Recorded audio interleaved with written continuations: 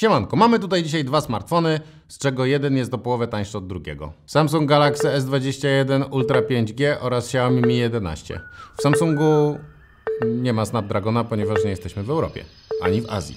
Natomiast w Xiaomi jest Snapdragon 888. W Samsungu jest Exynos. Dlaczego tak jest? Kiedyś, może było to 20 lat temu, poznałem takiego starszego pana, który jeździł Polonezem. To była końcówka produkcji Polonezów, ale on jeździł Polonezem, mimo że stać go było na inne samochody, bo uważał, że jest patriotą. Nie rozumiałem tego.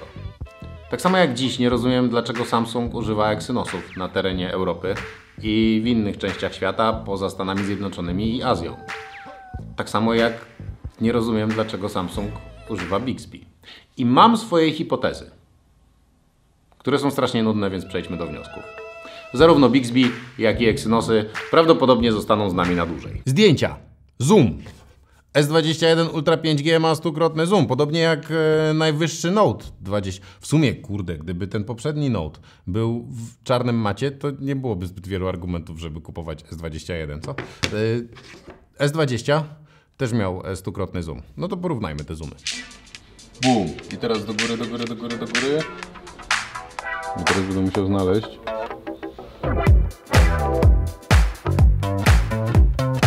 I... Ej, łatwiej się tym robi zdjęcia. Mniej się trzęsie. Kurde, lepszy.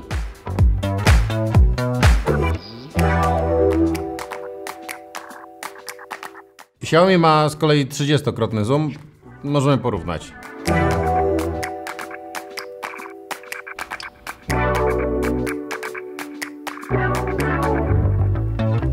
Tutaj doszło do strasznego kłamstwa, bardzo Was przepraszam, zapomniałem, że jednak w Nocie jest 50-krotny zoom, a nie 100-krotny jak w S21. Poza tym widzieliście, że S21, ten zoom, dzięki tej stabilizacji, no to działa 100 razy lepiej od S20. I to wszystko. Nie tak do końca wszystko, ponieważ tu jest 108 megapikseli i tu jest 108 megapikseli, czyli można robić zdjęcia w bardzo dużej rozdzielczości, a potem przybliżać je na postprodukcji i zobaczyć, który z tych smartfonów robi te zdjęcia wyraźniejsze.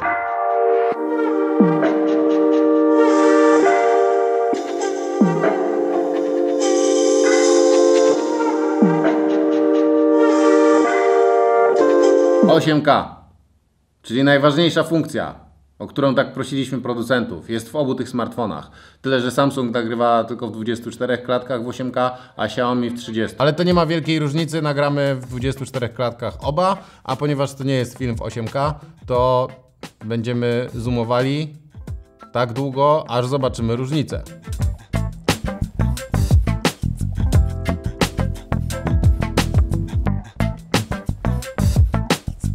W Xiaomi, jak widzicie, ten obrazek jest szerszy, ale za to w 8K nie ma HDR-u. W Samsungu jest HDR w 8K, ale też obraz nie jest tak szeroki. Jeżeli wyłączę HDR w 8K w Samsungu, to obraz będzie tak samo wąski, więc to nic nie zmienia w drugą stronę. Tak samo. Ale żeby było sprawiedliwie, kiedy przełączymy na 4K, maksymalne ustawienia dla HDR-u w Xiaomi to jest 4K 30 klatek, to Xiaomi ma węższy kadr niż Samsung, który w 4K w 30 klatkach z włączonym HDR-em nagrywa szerzej, czyli prawdopodobnie wykorzystuje szerszy obiekt. Każdy z tych aparatów ma dużo dodatkowych funkcji, jeżeli chodzi o foto i wideo, i można tutaj uruchomić Pro i można tutaj nagrywać wszystkimi aparatami i generalnie mnóstwo różnych funkcji. W większości z nich nie użyjecie. Na przykład super slow motion. Pewnie użyjecie raz. No to tu jest zdecydowanie więcej klatek niż tutaj, ale musi być bardzo dobre oświetlenie, żeby to super slow motion dobrze zadziałało. Natomiast jeżeli chodzi o selfie wideo, no to wygląda w ten sposób. Tego pewnie będziecie częściej używali, więc no, chciałem dać Wam porównanie. Przy okazji też mamy porównanie mikrofonów w obu tych smartfonach. Przy czym ten smartfon ma dedykowane słuchawki, które można zakupić w przedsprzedaży. To znaczy nie kupić, tylko dostać w prezencie, bo tu jest taka oferta przedsprzedażowa, że można albo dostać te fasolki, czyli poprzednie słuchawki w prezencie, albo można dostać... A gdzie są? Już nie ma ich?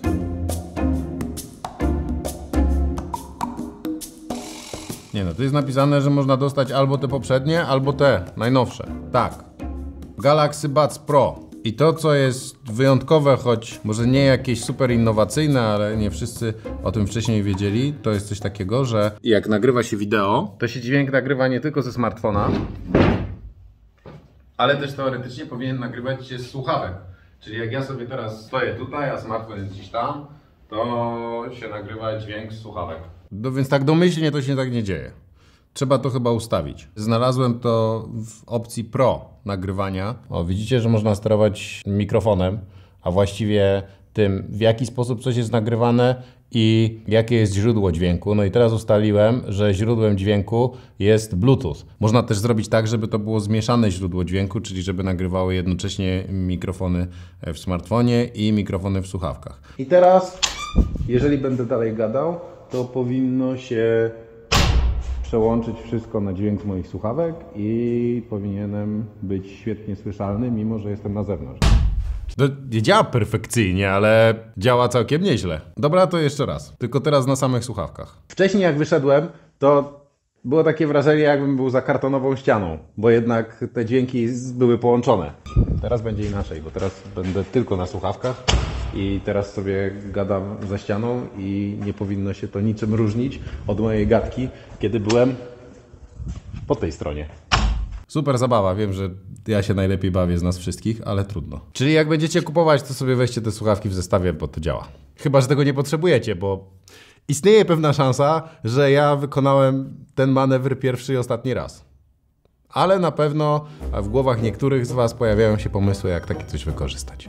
Na przykład zostawić słuchawki. A nie? Się je zostawi w innym pomieszczeniu? Jako podsłuch?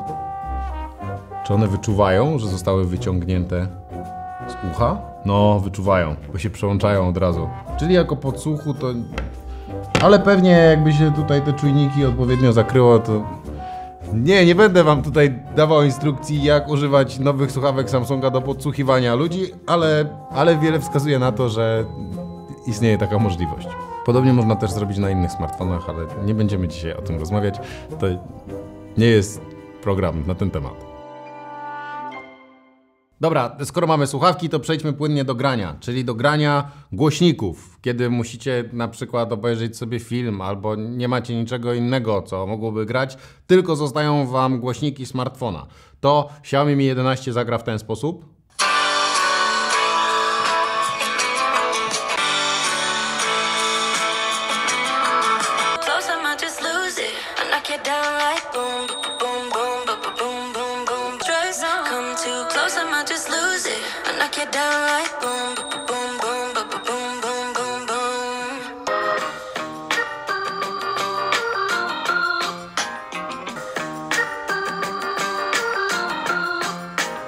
No ten zdecydowanie lepiej. Samsung król, jeżeli chodzi o głośniki. Zrobiło się ciemno i bardzo dobrze, bo Samsung mówi o tym, że ten smartfon robi lepsze filmy w ciemnościach od poprzedniego Samsunga i też lepsze zdjęcia w ciemnościach. A Xiaomi nie wiem, czy coś mówi takiego, ale jest o połowę tańsze.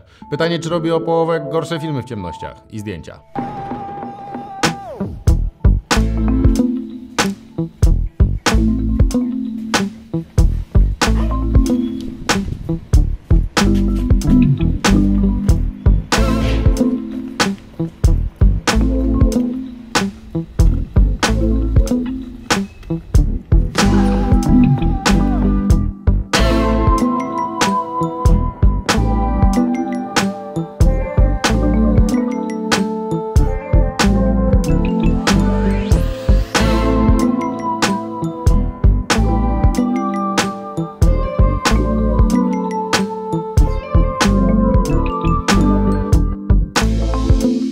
Wyświetlacze. Wysoka rozdzielczość, maksymalnie 120 Hz odświeżanie. Generalnie tutaj trudno się do czegokolwiek doczepić, ale też trudno na pierwszy rzut oka zorientować się, który jest lepszy.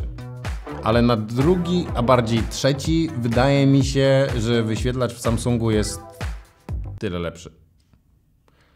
Ale dopóki nie będziecie mieli tych dwóch smartfonów obok siebie, to tej różnicy nie zauważycie. Ładowanie. Ani tu nie ma ładowarki w pudełku. Przy czym jest taka plotka, że, ale to nie jest potwierdzone jeszcze, bo Xiaomi nie trafiło do oficjalnej dystrybucji w Europie, że jeżeli sobie zażyczysz, to możesz dostać ładowarkę do Xiaomi za free. Ja dostałem chińską przejściówkę. 55W. To znaczy, że Xiaomi ładuje się naprawdę szybko. Samsung też ładuje się dość szybko, 45W, ale oba te smartfony ładują się bezprzewodowo, przy czym Xiaomi ładuje się z prędkością 50W. Ten chyba 15W ładowanie bezprzewodowe to jest przepaść. No i oczywiście i jeden i drugi może ładować zwrotnie. Jakieś słuchawki czy inne rzeczy, które ładują się bezprzewodowo. Na koniec zostawiam sobie dwie sprawy. Pierwsza z nich to wygląd. I tutaj o gustach się nie dyskutuje, więc rzucę po prostu dwoma skojarzeniami, które mam w związku z tym smartfonem. Mercedes G-klasa i Glock. Wiem, że dziwne, ale tak mi się kojarzy. Tutaj szybki samochód sportowy, ale nie supercar. Mówiłem, że to nie ma sensu, to jest... Po co wam w ogóle takie informacje? Druga, zdecydowanie ważniejsza sprawa to reklamy. Bo o ile w Xiaomi mówi się o reklamach, które pojawiają się w różnych miejscach w systemie od dość dawna, o tyle w Samsungu to jest dość świeża sprawa i moi koledzy ze Stanów wypisują w różnych miejscach, że Samsung wrzuca reklamy i te reklamy nie są spoko i w ogóle to są super drogie smartfony i dlaczego gdzieś tam w różnych miejscach w aplikacjach systemowych są reklamy. Więc ja tych reklam nie zauważyłem. Być może za krótko używam tego smartfona. Być może to jest zadośćuczynienie za Exynosa, raczej nie. Być może są jakieś inne przyczyny, dla których tych reklam tutaj nie widzę. Niektórzy twierdzą, że jak się wyłączy personalizację reklam, to one po prostu znikają. Chciałem tylko, żebyście wiedzieli, że o czymś takim jest mowa w ogóle na forum światowym, ale ja czegoś takiego tutaj nie doświadczam. Natomiast tutaj nie będę mówił o reklamach, ponieważ nie mam jeszcze europejskiej wersji softu. Pracuję przez cały czas na chińskiej, ale europejska już wyszła, więc będzie. I wtedy będę wiedział, czy pojawia się tych reklam tyle samo, czy mniej i jak sobie z tym radzić. Natomiast wiele wskazuje na to, że w tą stronę ruszają producenci smartfonów, że od czasu do czasu będą chcieli swoim użytkownikom, którzy mimo tego, że wydali dużo hajsu na swój sprzęt, wyświetlać reklamy jeszcze dodatkowo. Czy to jest spoko? Moim zdaniem nie. A co mi tu zupełnie przypadkowo wypadło z kieszeni? To karta Zen, Mastercard. Jeżeli planujecie kupić sobie smartfon na przykład albo jakąś inną elektronikę, to warto jej użyć, bo płacąc przy jej pomocy przedłużacie sobie gwarancję na ten sprzęt o rok, za darmo, automatycznie. Szczegóły w linku pod filmem. Wrzucam tam też kod, żebyście nie musieli za tę kartę płacić. Wybaczcie tę krótką przerwę reklamową, ale ostatnio kupuję bardzo dużo produktów do testów i muszę na nie jakoś zarobić. A skoro o kupowaniu mowa, zdrowy rozsądek